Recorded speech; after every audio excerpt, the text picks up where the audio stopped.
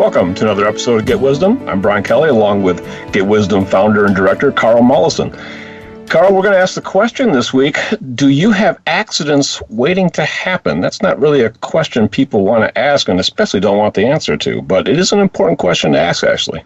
Well, accidents do befall people on a fairly consistent basis. Every so often, something goes wrong. Something unexpected pops up, and then we go away licking our wounds, or something happens that changes our lives in a way. And it's important to understand the dynamics that lie behind such events, because there are a lot of things that are preventable.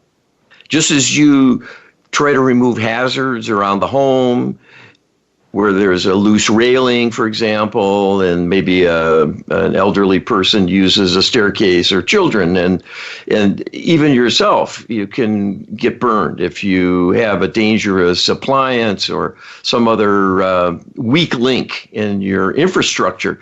So we're talking about energetic influences on things. And the interlopers who influence humans, we tend to blame humanity for everything, and ourselves all too often personally, when there may be other forces involved. So we're going to get into some examples of what really goes on behind a lot of accidents that happen.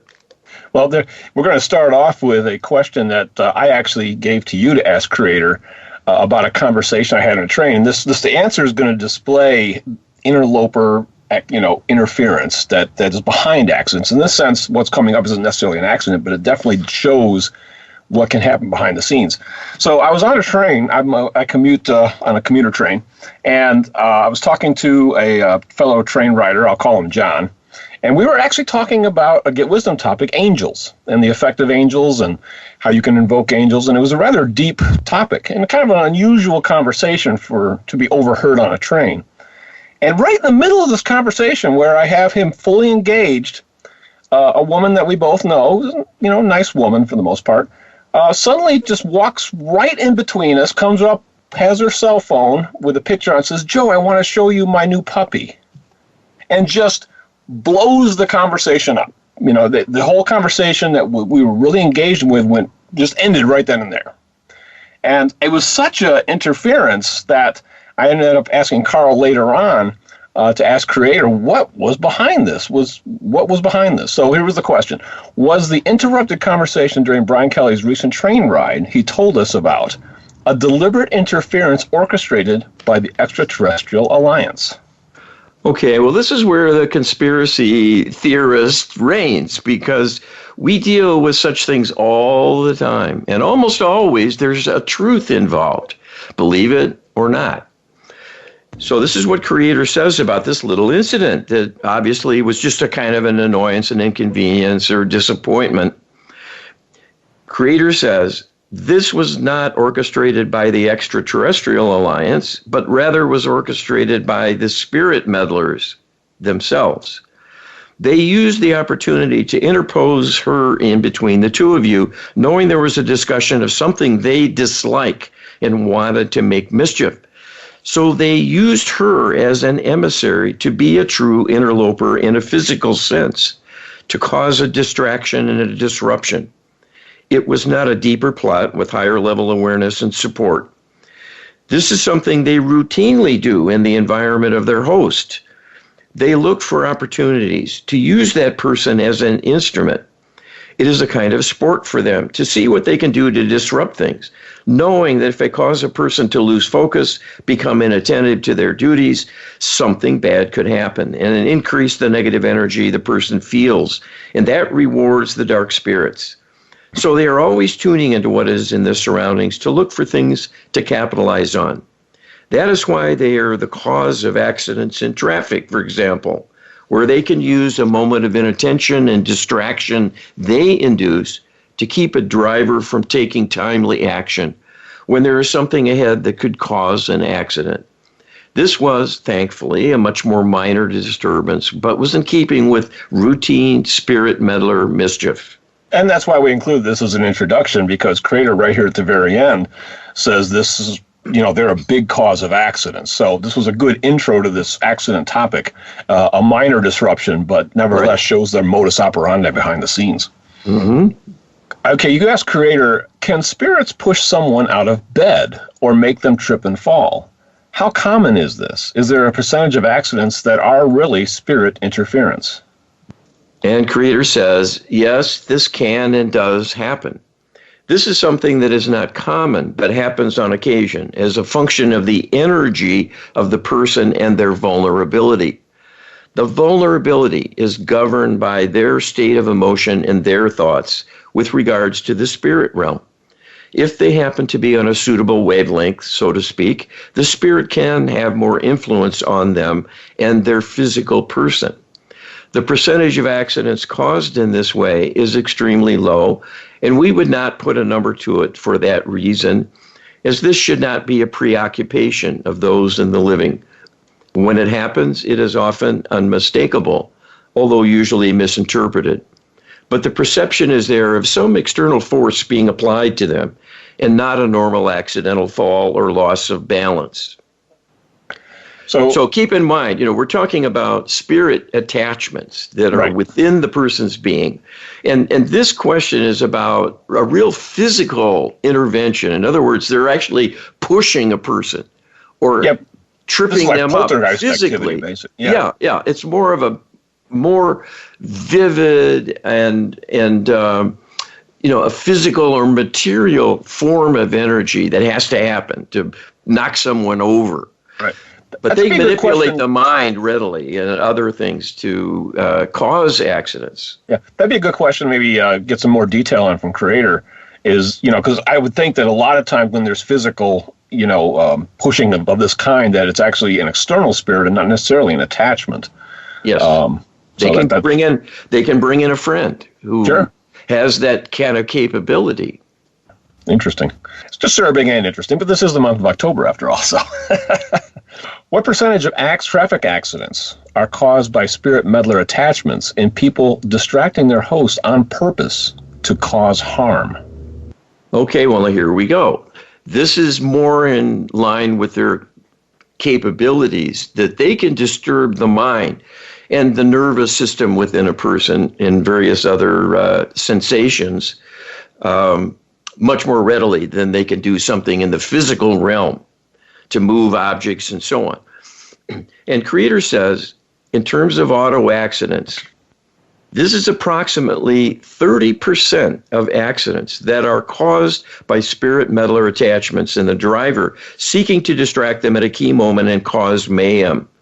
This, they have learned, creates havoc of all sorts and is a convenient way to not only cause mischief, but generate more emotional anguish they can tap as energy for themselves. This is indeed their nature, to gain at the expense of their host. Anything that drags people down, they consider a win for their side. Boy, what could be a bigger poster board for getting rid of spirit meddlers than this right here? Well, we have it ingrained in us now to wear seatbelts. Yeah. And have cars with airbag, but we don't get a spirit clearing on a regular basis to prevent this sort of problem coming up on the highway.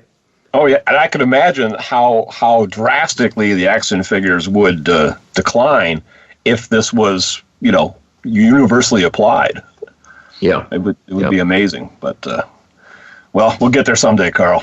Well, maybe. All right. You asked the Creator. In my youth, and that's you, Carl, right? There was a buzz circulated among us teenagers about a bridge in town that had a large bump at one end. So when a car was speeding, it could become airborne before landing on the bridge. Woo! Having tried that myself, I was shaken when one day at my hospital job, I helped clean the body of a teenager killed in a car accident when she and two of her friends were speeding over that bridge in icy conditions, and their car broke through a guardrail and plunged at least 50 feet, landing on its roof. What was the reason for the accident, and were spirit meddlers involved?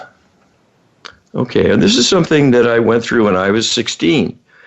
And I had tried this little stunt myself because it was kind of spreading around among our friends as I was out practicing my driving, having a newly minted driver's license. And of course, I was a teenager once. This is a confession, so I hope my mom's not listening. And Creator says, indeed, this was a spirit meddler-induced accident. And it did coincide with a possible exit point for the persons involved. That is why they were all riding together on that day, and conditions were a perfect setup for an accident to happen. Not only were the trio together who had the same desire, but there was the icy weather to create the conditions for the car to get out of control. The meddlers were at the throttle, so to speak, to rev up the engine and make the accident manifest on time. This was an unwitting participation by the meddlers in a higher manifestation, but it was a manifestation that otherwise would not have happened. So this was an interesting juxtaposition of spirit meddler influence with the karmic vulnerabilities. This is what takes place all the time when people have their karma rumbling below conscious awareness, but nonetheless an active part of their energy. The meddlers come forward and push those buttons and inflame the emotions surrounding the karmic history and the current events and challenges to make life worse and compound the damage. That was what was playing out. The possibility of death was there, and the meddlers seized it. And this was picked up by you and your meddlers as a way to entice you into the same fate, if possible, and knowing at a minimum that something bad might happen and would cause you to have fear. That is always a win for them. So this was also an example of communication among the meddlers as a group, for this also happens. There are many events that are orchestrated in that way. The spirits are quite adept at examining the human scene and finding ways to piggyback or springboard from current events to multiply the negative consequences. And you said you were a bit frightened by that, right? Well, it gave me a wake-up call for sure. Yeah. I never did that again, I can tell you. I mean, I never want to go through that sort of thing. I mean, I was working in a hospital lab, and one of my duties as the rookie, in addition to doing lab work and drawing blood samples and so on, was assisting the pathologist in doing autopsies. I noticed that. As a 16-year-old. Yeah, and well, I was precocious, and I got a frantic call in the lab. I was there working alone in the lab at the time, and this nurse needed somebody to come and clean up this body because the parents were coming to make an identification. And I went in the morgue, and there was this girl with, well, I don't want to describe it, but this was a terrible, terrible thing. So we're not just talking about the fender benders here. I mean, this can be a matter of life and death. Did you happen to know the girl? No. She went to a different high school. Oh, interesting. Which is just as well. But, she is unforgettable in my mind and in my heart. Of course. You ask Creator, a client asks, it has been said, particularly in the New Age movement, that all who experience suffering, which most do at one time or another, or death through, for example, weather calamities like an earthquake or by an auto accident, or child trafficking and satanic ritual, etc., have in some way agreed to experience this. Part of a person's soul contract is a teaching.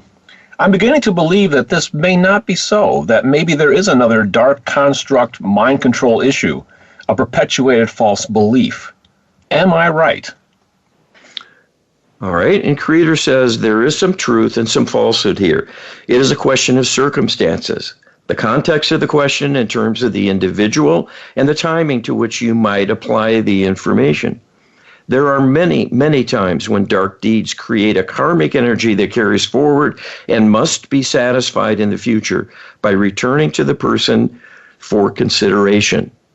And then the person may choose to do some healing or rebalance the harm done through an act of kindness or restitution in some fashion, or may well experience suffering in a similar way, or perhaps worsen because their harm spread and became compounded. This is very, very common. In addition, there are many things imposed on a person through manipulation and mind control subjugation to cause them to harm themselves as well as others. These are mitigating factors, but do not completely prevent karmic responsibility. These are not planned to occur as the soul plan is put together for each incarnation. They are a wild card, so to speak, a fate that can befall a person from being back in the battle zone, so to speak. This is a risk all take on in returning to Earth plane to continue the quest for human betterment. They risk the entanglement and being dragged down further in creating negative karma that must be satisfied and becomes an obligation and burden.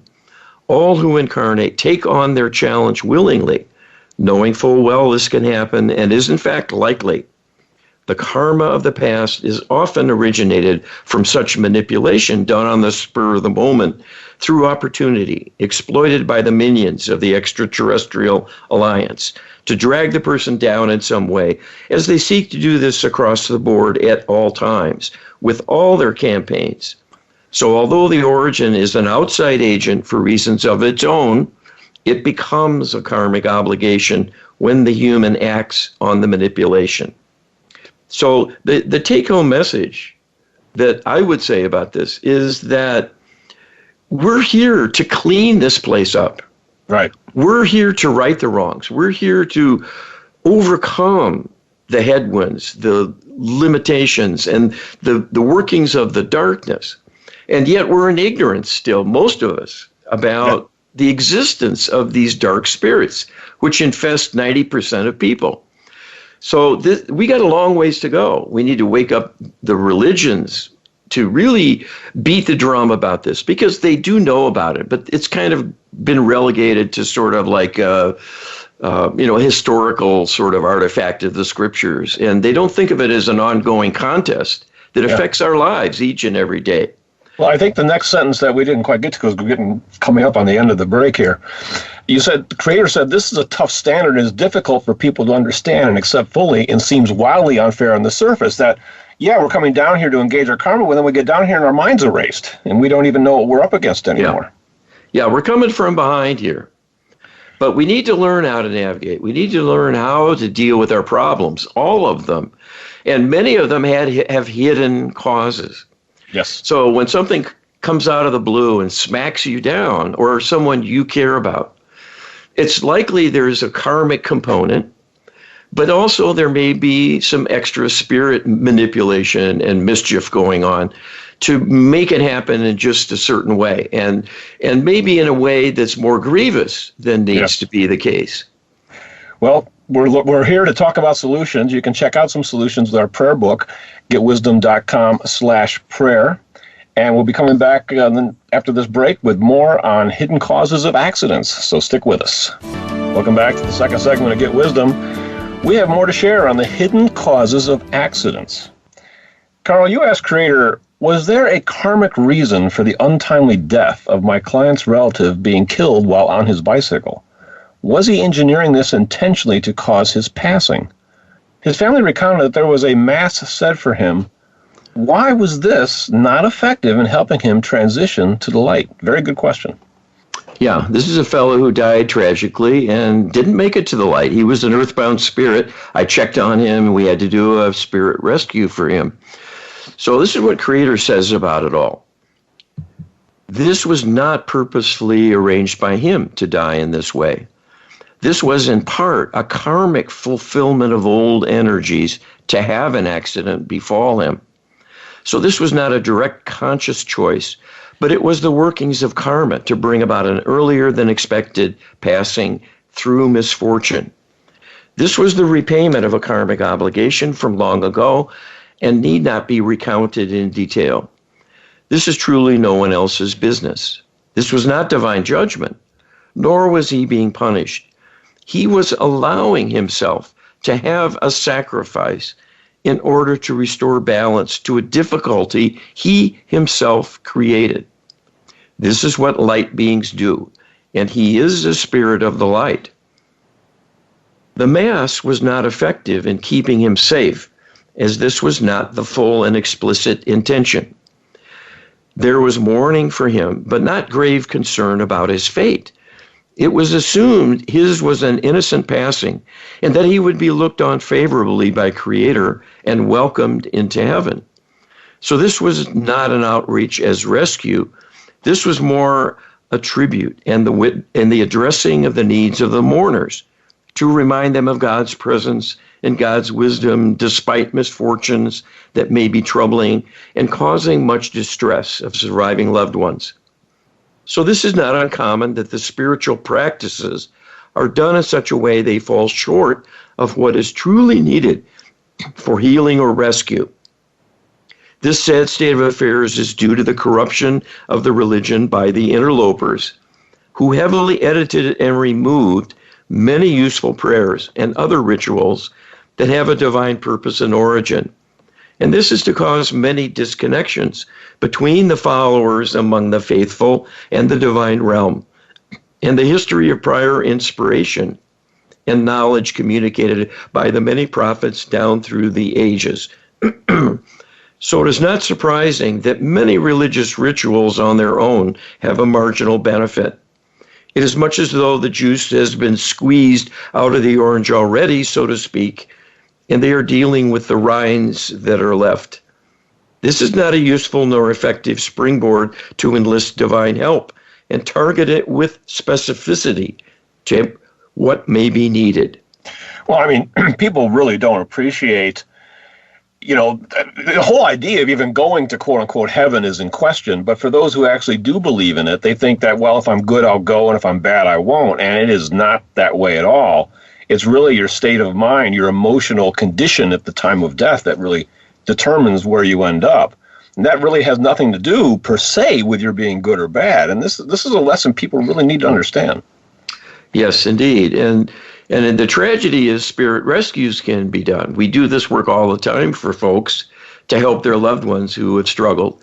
And preparing for transition is not done in a logical, sensible, effective way either. No. So the institutions are falling down, and they're not really giving us all we need to work with here.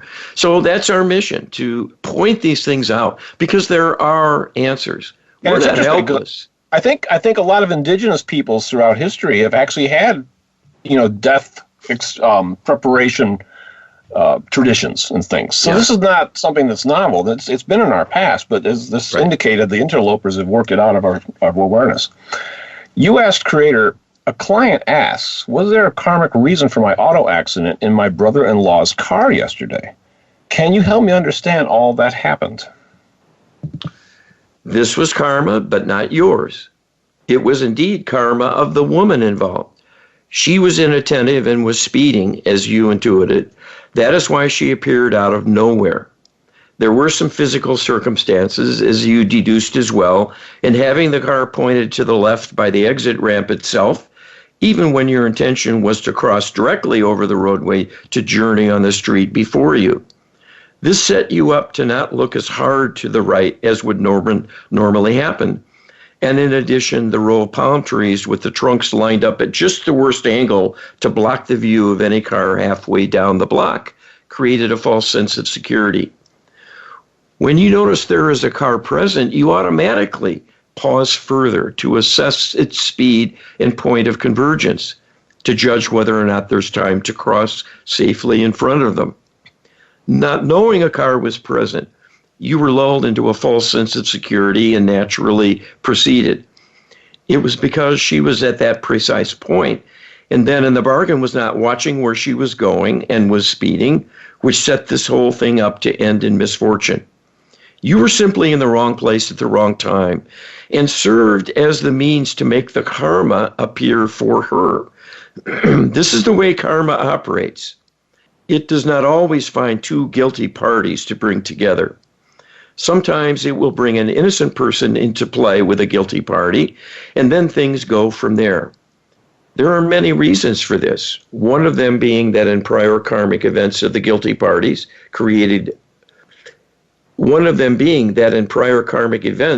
the guilty parties created a worsening of things, and there simply needed to be a replay of the karma, but without someone who would amplify the negative consequences and further worsen the karmic history, to embed it more deeply and groove it in with a heightened negative outcome.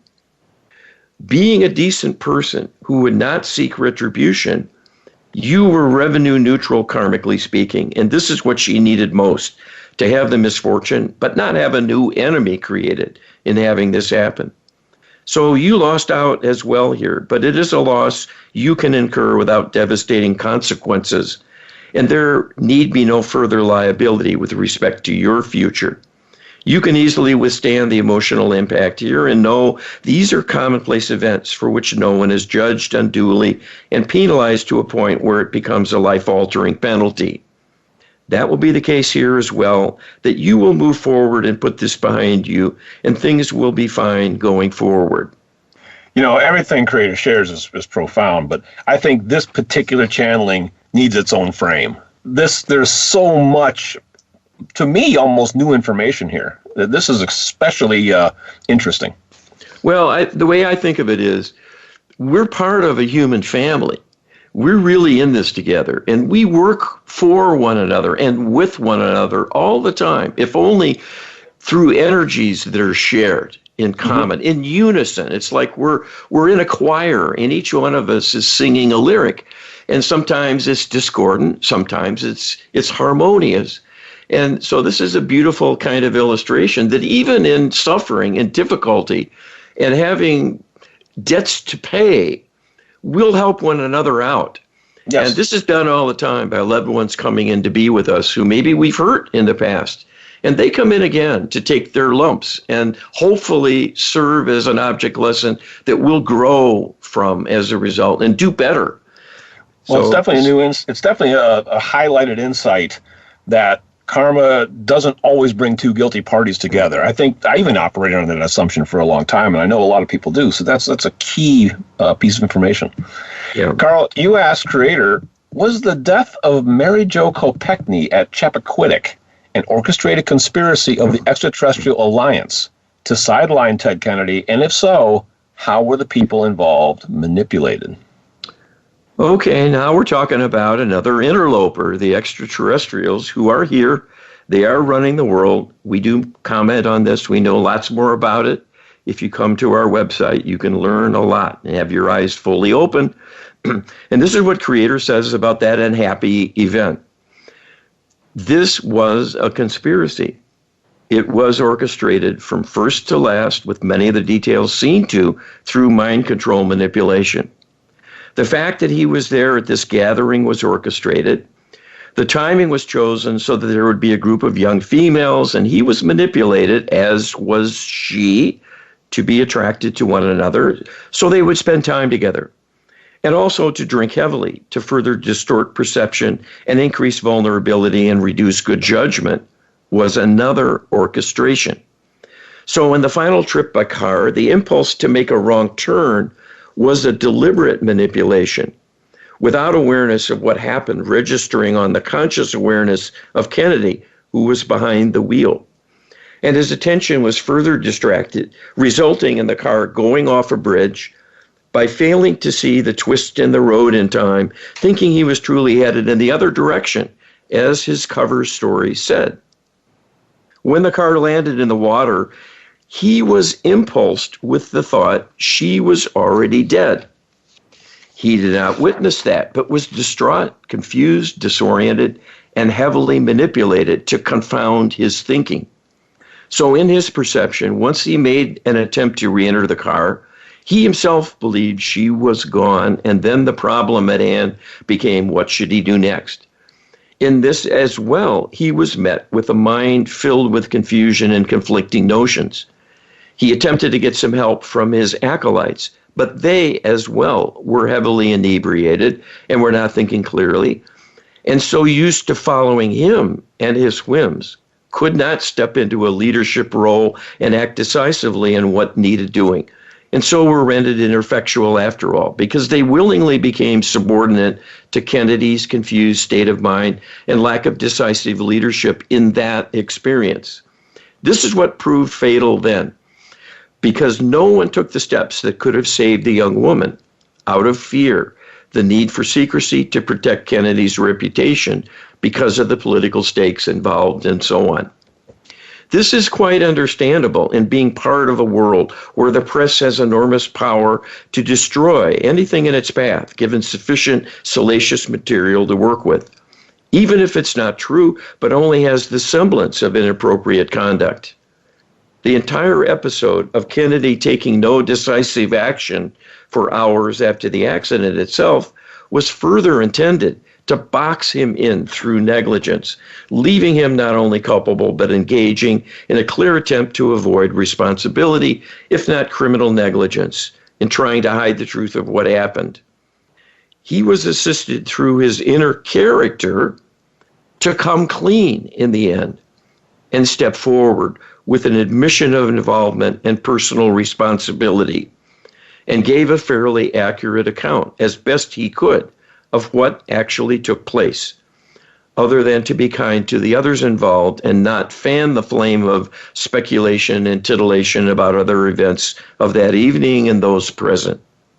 What the public failed to realize was that this was a setup from first to last, designed to put him in an embarrassing and politically untenable situation that would tarnish his reputation to an extent that could not be salvaged. This, as it turned out, was a factor in his long-term plans to be president of the United States, although it did not prevent him from re-entering politics. It was nonetheless an issue of tremendous pain and went a long way to undermining his desire and conviction to take on the stress of a punishing presidential campaign, knowing there would be endless mention of this seeming lapse of judgment, as well as other events involving personal conduct, many of which were similarly orchestrated through manipulation of his emotions and his sexual feelings. This is a tool used again and again and again, and is frequently on display. That somehow people are unable to keep their sexual doings out of the news and within the home, where their marital vows would seemingly prevent straying, particularly where a good public reputation is paramount. That was the case here as well, and worked effectively enough to change history in the desired direction to keep another Kennedy out of ultimate power. This was really, really revealing. And there's been 4 Kennedys that were kept out of power. That wasn't Joe's accident over the Atlantic orchestrated too? Yes. Yeah. And then, of course, Robert Kennedy, that's easy to see that was manipulated as well. So three were kept out and 1 was taken out. So, yep. Boy, and talk about JFK Jr. Yeah, and JFK Jr., that's 5, actually. Yeah. Wow. I mean, it's really unbelievable when you think about it. Well, this is another dimension behind politics. So yes. It's revealing the fact that we're all victims here, and we're all manipulated with our thoughts, our opinions, and beliefs, and the actual events that we look at and try to make sense of the world from. And this puts us at a huge disadvantage, because we never realize who is really running things and who's truly in control. And it ain't us. That's the bottom line. So we need to wake up. We need to realize that we need divine help to work on these kinds of issues and remove these influences, both the dark spirits and extraterrestrial manipulations. Well, the very first sentence of the channeling was, "This is a conspiracy." Oh my gosh. So for all of you out there who think there's no such thing as conspiracies, Creator's on record right then and there with it. But it's a conspiracy that involves, dark spirits and ETs as much, if not more, than humans themselves. Happens every day. Yep. And they're doing mind control manipulation of us every day through all of our media, and it goes into the deep subconscious. We don't know what's happening consciously. Yes, this sounds like a conspiracy theory, but I have it on high authority. And keep in mind, the very term conspiracy theory was formulated by the CIA to discredit researchers. Yes. That's who we're talking about. This is a subject of investigation. It's not a conspiracy theory per se. It is following evidence to its source. You can call it investigative journalism. You can call it a forensic exploration. You can call it a search for justice. But to dismiss it as some kind of nut job conspiracy theory makes the point that this is a deception designed to shape beliefs and limit questioning of things. Well, I mean, just look at the history here. 5 members of a family all taken out who were on the precipice of gaining high power. Yeah. If that defies statistics, really. There's got to be something more going on here. Well, and if you read about the CIA and their craft, their spy craft, the number one way they carry out assassinations, guess what, is by simulating accidents. Yes. Yep. Because we just accept that. Oh, he had an accident. It's a small plane crashed. There was some kind of pilot error or something. And it's very understandable and seems innocent. Tragic, but innocent. There's no one to go and search for and find the culprit, the perpetrator. Yep. And there's no footprints in the sand because it's a different kind of interference. Be sure to check us out, getwisdom.com, where you can check out our healing services. There's the top menu. There's a healing entry. You can just look on that, and you can engage us for personal clearings, for spirit rescues, and other spiritual work. You can also look into becoming a healer yourself with the Lightworker Healing Protocol training, and you can get information on that with getwisdom.com/LHP. And we'll be back with how you can prevent accidents from happening right after this. Back to Get Wisdom for the final segment. We are talking about accidents. In this segment, we're going to talk about how to prevent them, which is quite important. Carl, you asked Creator a question that I actually submitted to you. Occasionally, I blow off steam by watching some YouTube cooking shows just for passing the time. It's always fun, a little way to blow off steam, literally. During a YouTube episode of Great Depression Cooking with Clara, who at the time, 93 years old, she related a story from the Depression where she was being treated terribly by her boss. And during a break, she said to her coworkers, "I wish he would get hit by a train." The next day, he was hit by a train. He was driving to work, and the car was clipped by a train. He was uninjured, and the car relatively minorly damaged. Was there any connection between her verbally expressed wish, voiced with genuine anger, and the next day's incident? All right, and this is what Creator says about this episode. As improbable as it seems, this, in fact, is the case. This was a psychic attack, to be sure, not because she truly desired his demise in this way, traceable to her and wanting this brought about, knowing that it would be so. But the intensity of the feelings behind this declaration was sizable. And that is what launched it as a true attack, to go out into his energy and impinge on him. And this was recorded on the Akashic record, and his subconscious took this message in and was reacting to it in the deep part of the subconscious. By having this in his awareness, in a sense, he was drawn closer to the idea of a train coming close. And this caused him to set up circumstances where that would be more likely, and in fact caused an accident. It was a low-level occurrence in terms of consequences because there was no true death wish, only a fervent desire to see him reined in somehow, and was said in exasperation, not as a command to the universe to take him out, so to speak. Wow, that's just a fascinating answer from Creator on this. I mean, really, really fascinating. And a object lesson, careful what you're putting out there in terms of your thoughts, and especially what you put out there with a lot of emotion. Well, and the other thing is, speaking of this involving karmic forces, karmic influences, what you launch into the world comes back around, the wheel of fortune, the wheel of karma. Yeah. What goes around comes around. This man himself started this in motion by being such a jerk. Yep. He was mistreating her. Well, guess what you get when you mistreat someone? Yeah. You have mistreatment come back to you. This is karma in action. And so she reacted to his mistreatment and launched a psychic attack, kind of like a curse against him that worsened things, and it drew her into the drama. Yes. So that's her failing, that she got hooked into keeping that energy going, with a payback. That's why the wisdom of turn the other cheek is so profound, because you're not striking back. You're being above it. You're saying, I'm not playing the game. Yes. I'm not a combatant. Yeah. She was a very sweet woman, so I'm sure that lesson really had an impact on her and probably governed some of her behavior for the remainder of her life. So yeah, could well be. Yep. You asked Creator, my recent client recently experienced a time jump while waiting in an intersection just after having a premonition of a car crash taking place in front of her. Was she witnessing intuitively a divine intervention by the angels or Creator to prevent the accident?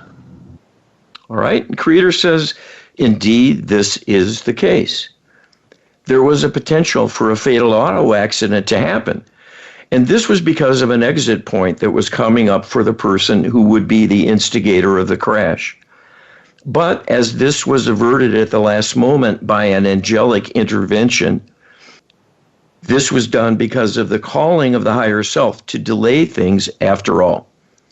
So this was a consequence of a loving gesture set in motion by a relative of the individual who would have caused the accident. And as the energy was traveling forward, there was a soul recognition and an awareness that this could potentially tip the balance for the individual involved and provide a tipping point towards life being worth living for a longer period. So the angel stepped in and altered the time reality to prevent the intersection of vehicles that would have caused a tragedy. This was perceived by your client, who has a quite high level of intuitive awareness and was able to perceive the slippage in time that forestalled the accident. That's really fascinating. But people might think this is a rare event. This kind of thing happens all the time. People aren't aware of it, but behind the scenes, this kind of calculus is happening all the time. Well, it also points to the way out, the way forward to make your life better. Yes. Prayer is underrated. It is highly effective for those who believe in the divine and believe in themselves. That's a high standard, but you can cultivate those beliefs. And we explain how to do this at Get Wisdom and give a lot of coaching help with this. And healing can be brought to bear to work on that lack of belief also. So don't underestimate your ability and your reach to make good happen instead of ill, and not be a sitting duck and a victim of the forces that partly you launch into the world, but other people do. And then the wild card of interlopers ready to manipulate you in a low moment or a vulnerable moment. Prayer can protect you. Well, we're going to give a pretty profound example of that from yours truly right here. I submitted a question to you that you followed up with Creator, and the answer was quite fascinating, so we're sharing it with you now. Brian Kelly, that's me, asks, I was taking my girls to Dairy Queen for a quick treat and realized I had forgotten my phone in the house. I quickly ran to get into the house and landed on a chunk of branch in the walkway and severely twisted my ankle. It really was. The whole thing just, flipped over. It was so blatant that my daughter cried out if I was okay. There was a momentary feeling of pain, but within 20 seconds, all pain was gone, and the ankle was fully trouble-free from that moment forward. By all rights and measures, that ankle should have been severely sprained, and I should be limping around today with the time I asked the question. Can you comment on this, please, to Creator? All right, and Creator told us, your analysis and conclusion are quite perceptive and fully accurate. This was a major injury in the making, at least a significant one that would cause an impairment for a time at least. This was healed summarily, on the spot, as a consequence of your having done an ongoing prayer of protection request. And so this was honored for you to have the experience and note the dramatic change from what you expected would be the consequence of this accident and wonder about it so you could be a living witness to the power of the divine to answer prayers. It is a testament to your being in alignment and being effective in what you're doing in your outreach to the divine, and further encouragement to continue using that approach and to have faith in your power to do so. It will pay off handsomely. And this is a good illustration that it is not an empty promise. I just want to share with the listening audience, when I first met up with Carl and we started this project, one of the first questions I asked was, what kind of prayer for protection could one say, that's quick and easy? And Carl asked, and we got, a really short, concise little prayer. And I don't even say the whole prayer that I got. I will only say a subsection of it. Basically, I say, Source Creator, keep me safe, protect me from those who would oppose bringing forward the truth of the divine. And that's it. And I say that 20, 30, 40 times a day, whenever I think about it.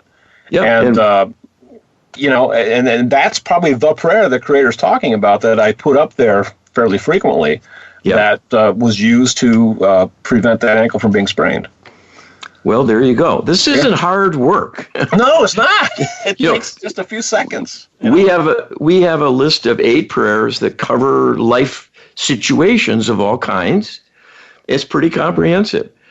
From the big categories of things you're concerned with, including manifesting abundance and well-being, and dealing with meal blessings and beverages and health problems.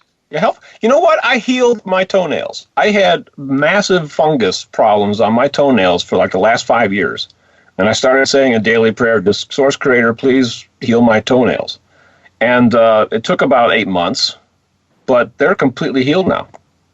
Well, there are many stories about it. Yes, this is not at all unusual. No.